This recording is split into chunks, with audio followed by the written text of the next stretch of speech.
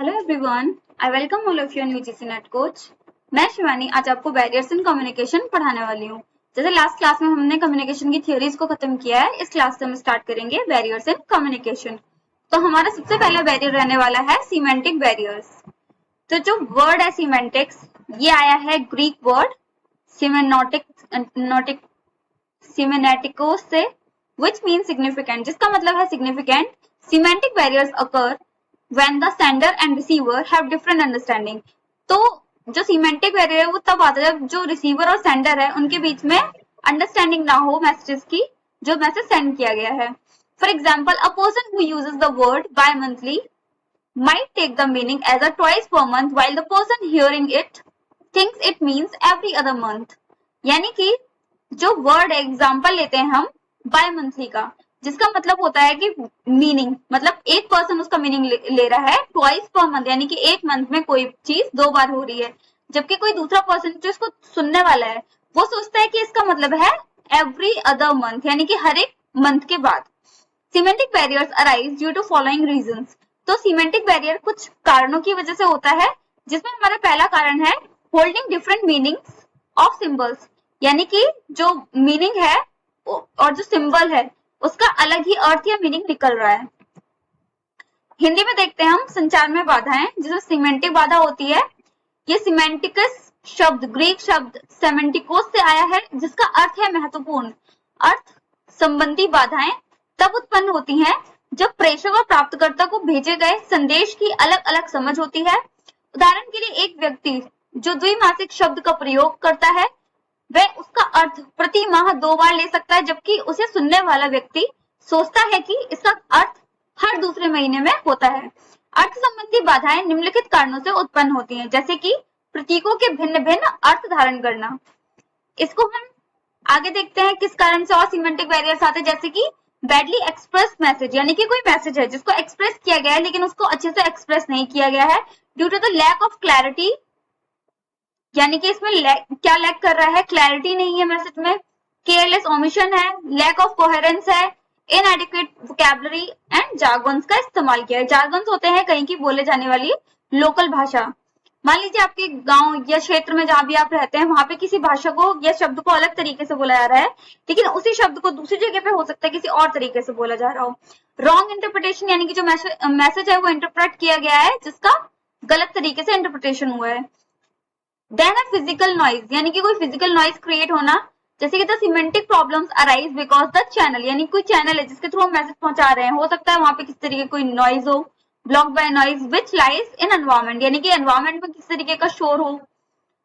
Then है faulty translations lead to impaired efficient and heavy cost, यानी कि मान लीजिए कि जो चीज मतलब मैं आपको इंग्लिश में कोई चीज पढ़ा रही हूँ, उसी चीज को जब मैं हिंदी में ट्रांसलेट करती हूँ तो मैं उसका गूगल से ट्रांसलेट कर रही हूँ उसको, तो हो सकता है कई बार उसके जो मीनिंग है वो बहुत अलग आ रहे हैं, शब्द है, क्योंकि एक कोई वर्ड है उसके काफी सारे मीनिंग्स हो सकते हैं। तो जब मैं गूगल से उसको ट्रांसलेट कर रही हूँ तो उसका मीनिंग कुछ और आ रहा है, लेकिन जिस मीनिंग की हमें यहाँ जरूरत हो उस तरीके का मीनिंग उसमें नहीं आ रहा हो। देन हमारा फॉल्टी अनक्लैरिफाइड अजम्पशन, यानी कि जो अज्यूम कर रहे हैं हम किस चीज को वो अनक्लैरिफाई यानी क्लैरिफाई नहीं है, which may not be clear to the receiver, और रिसीवर को वो मैसेज क्लियर नहीं हो पाया। रिसीवर एंड सेंडर, यानी कि सेंडर और रिसीवर को मैसेज क्लियर नहीं हो पा रहा है। फिर आता है स्पष्टता की कमी, लापरवाही से चूक, सुसंगति की कमी, अपर्याप्त शब्दावली, शब्दजाल आदि के कारण खराब तरीके से व्यक्त संदेश, गलत व्याख्याएं। फिर है भौतिक शोर, अर्थ संबंधी समस्याएं उत्पन्न होती हैं क्योंकि चैनल पर्यावरण में मौजूद शोर से अवरुद्ध हो जाता है। इसके बाद दोषपूर्ण अनुवाद से कार्यकुशलता खराब होती है और भारी लागत आती है। अस्पष्ट धारणाएं जो प्राप्तकर्ता और प्रेषक को स्पष्ट नहीं हो सकती हैं। इसी के साथ हम आगे देखते हैं। आगे हम पढ़ेंगे साइकोलॉजिकल बैरियर्स के बारे में, यानी कि मनोवैज्ञानिक बाधाएं, हिंदी में हम इसको बोलते हैं। इसमें हम देखते हैं क्या पढ़ते हैं, इसमें हम देखते हैं ऑल्सो कॉल्ड इमोशनल बैरियर्स, यानी कि साइकोलॉजिकल बैरियर को हम इमोशनल बैरियर्स भी बोलते हैं। The state of the mind of both sender and receiver of communication reflects in the effective communication. तो जो स्टेट है माइंड का, जो सेंडर और रिसीवर का, वो कम्युनिकेशन जो है वो रिफ्लेक्ट कर रहा है इन द इफेक्टिव कम्युनिकेशन में following are some of the psychological barriers, और इन्हीं को हम क्या बोलते हैं, साइकोलॉजिकल बैरियर्स बोलते हैं। प्रीमेच्योर इवैल्यूएशन, यानी कि जो इवैल्यूएशन है वो प्रीमेच्योर है। It means taking the different meaning of lack of attention, यानी कि प्रीमेच्योर इवैल्यूएशन है जिसका मतलब है टेकिंग द डिफरेंट मीनिंग, यानी कि उसका मतलब है कि जो मीनिंग है किसी मैसेज का वो अलग अलग है before the completion of the message, यानी कि मैसेज को पूरा हुए बिना ही हम उससे कोई मीनिंग या अंदाजा लगा रहे हैं। देन हमारा आता है लैक ऑफ अटेंशन, यानी कि जिस कोई मैसेज आया है उसमें हमें प्रॉपर अटेंशन देनी है लेकिन उस अटेंशन की उसमें कमी है। Loss due to the transmission and poor retention power of communication, यानी कि लॉस हो रहा है किसकी वजह से, ट्रांसमिशन की वजह से, एंड पुअर रिटेंशन, यानी कि जो मैसेज का रिटेंशन है वो भी पुअर है, पावर ऑफ कम्युनिकेशन। देन हमारा आता है distrust between communicator and communicate act as a barrier. फिर जो डिस्ट्रस्ट हो रहा है किसकी वजह से हो रहा है, जो कम्युनिकेटर है और जो कम्युनिकेट एक्ट है एज अ बैरियर, उसमें बैरियर की तरह काम कर रहे हैं उसकी वजह से। इसको हम हिंदी में एक बार समझ लेते हैं, मनोवैज्ञानिक बाधाएं। मनोवैज्ञानिक बाधाएं में हम पढ़ते हैं, इसे हम भावनात्मक बाधाएं भी कहते हैं, जैसे कि संचार भेजने वाले और प्राप्त करने वाले दोनों ही मानसिक स्थिति प्रभावी संचार से प्रतिबंधित होती हैं। निम्नलिखित कुछ मनोवैज्ञानिक बाधाएं हैं, जैसे कि समय से पहले मूल्यांकन, इसका अर्थ है कि संदेश पूरा होने से पहले उसका अलग अलग अर्थ लेना, ध्यान की कमी, और इसको हम देखते हैं ट्रांसमिशन और संचार की खराब अवधारणा, शक्ति के कारण हानि, संचारक और संचारक के बीच अविश्वास एक बाधा के रूप में कार्य करता है। नेक्स्ट हम देखते हैं हमारा है ऑर्गेनाइजेशनल बैरियर, यानी कि मान लीजिए आप किसी ऑफिस में या स्कूल कॉलेजेस में जाते हैं तो वहां पे एक ऑर्गेनाइजेशन ही तो वर्क करता है। अगर उस ऑर्गेनाइजेशन में मैसेज का ट्रांसमिशन ही सही से ना हो तो वो एक ऑर्गेनाइजेशनल बैरियर का काम करेगा। जैसे कि हम इसमें पढ़ते हैं following are the organisational barrier, यानी कि ऑर्गेनाइजेशनल बैरियर हम देखते कौन सा है। If the organisational policy of an organisation is not supportive in nature then it may affects the effectiveness of the communication, यानी कि होता क्या है, कोई ऑर्गेनाइजेशनल पॉलिसी है किसी ऑर्गेनाइजेशन में, वो प्रॉपर सपोर्ट नहीं कर रही किसी चीज को, यानी कि सपोर्टिव इन नेचर, यानी कि उसका नेचर जो है वो सपोर्टिव नहीं है, then it may affects the effectiveness of communication. तो ये क्या करेगी, जो कम्युनिकेशन है उसको अफेक्ट करेगी। Then rigid rule may be hurdle to communication, यानी कोई कोई ऑर्गेनाइजेशन होते हैं उसमें जो रूल्स बनाए जाते हैं वो काफी ज्यादा रिजिड होते हैं, जिसकी वजह से क्या होता है, कम्युनिकेशन में हर्डल क्रिएट होता है। देन हम देखते हैं स्टेटस और लेवल ऑफ सुपीरियर में create psychological distance between him and his subordinates, यानी कि क्या होता है कि कोई ऑफिस है उसमें कोई मैनेजर है, उसके जो नीचे जो भी काम करने वाले लोग हैं सबऑर्डिनेट्स हैं, उनके बीच में क्या है, एक सुपीरियर लेवल का वो है, यानी कि स्टेटस उनका कैसा है, सुपीरियर लेवल का है, जिसकी वजह से क्या होगा, एक साइकोलॉजिकल डिस्टेंस क्रिएट होता है between him and his subordinate, यानी कि जो मैनेजर है उसके बीच में और उसके अंडर में जो काम करने वाले लोग हैं उनके बीच में। Due to more number of levels the organisation it can cause delay in communication. तो क्या होता है, कई बार मोर नंबर ऑफ लेवल्स, यानी काफी सारे लेवल्स होते हैं किसी कंपनी या ऑर्गेनाइजेशन के अंदर, काफी सारे लेवल्स हैं, जिसकी वजह से क्या होगा, ऑर्गेनाइजेशन कैन कॉज डिले, जिससे क्या होगा, मैसेज पहुंचने में काफी ज्यादा समय चला जाएगा, तो कम्युनिकेशन भी लेट होगा।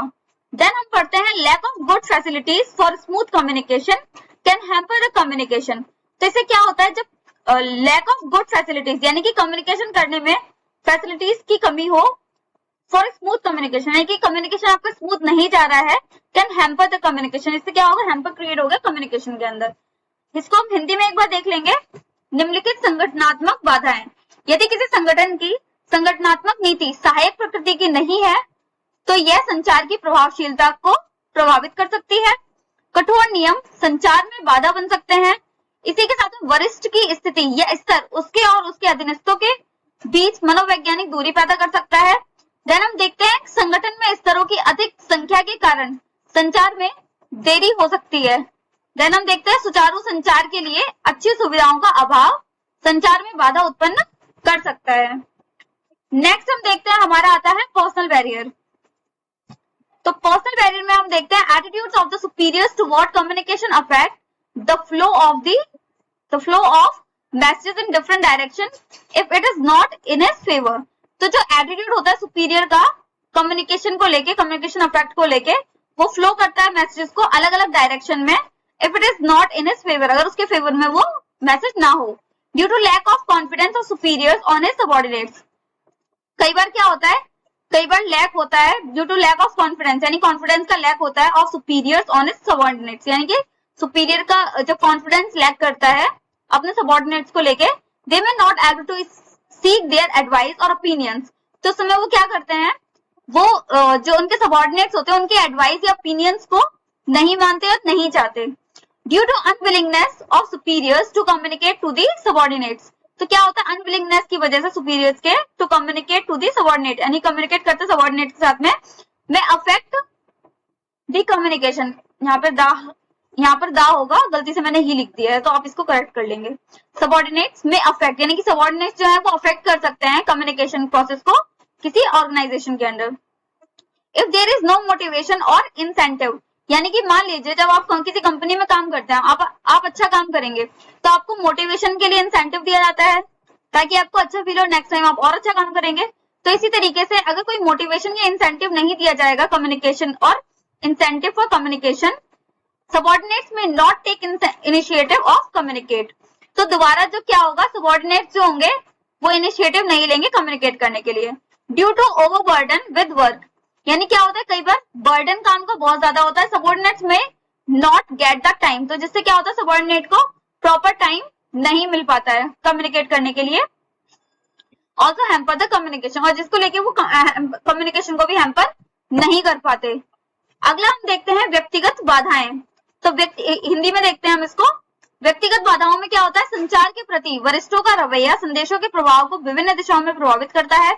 यदि यह उसके पक्ष में नहीं है, अपने अधीनस्थों पर वरिष्ठों के विश्वास की कमी के कारण वे उनकी सलाह या राय लेने में सक्षम नहीं हो सकते हैं। वरिष्ठों द्वारा अधीनस्थों से संवाद करने की अनिच्छा के कारण संगठन में संचार प्रक्रिया प्रभावित हो सकती है। यदि संचार के लिए कोई प्रेरणा या प्रोत्साहन या संचार के लिए प्रोत्साहन नहीं है तो अधीनस्थ संचार के लिए पहल नहीं कर सकते हैं। काम के अत्यधिक बोझ के कारण अधीनस्थों को संवाद करने का समय नहीं मिल पाता है, जिससे संचार में बाधा आती है। नेक्स्ट हम देखते हैं, और ये आज का हमारा लास्ट कम्युनिकेशन का बैरियर रहने वाला है, ये हमारा है फिजिकल बैरियर।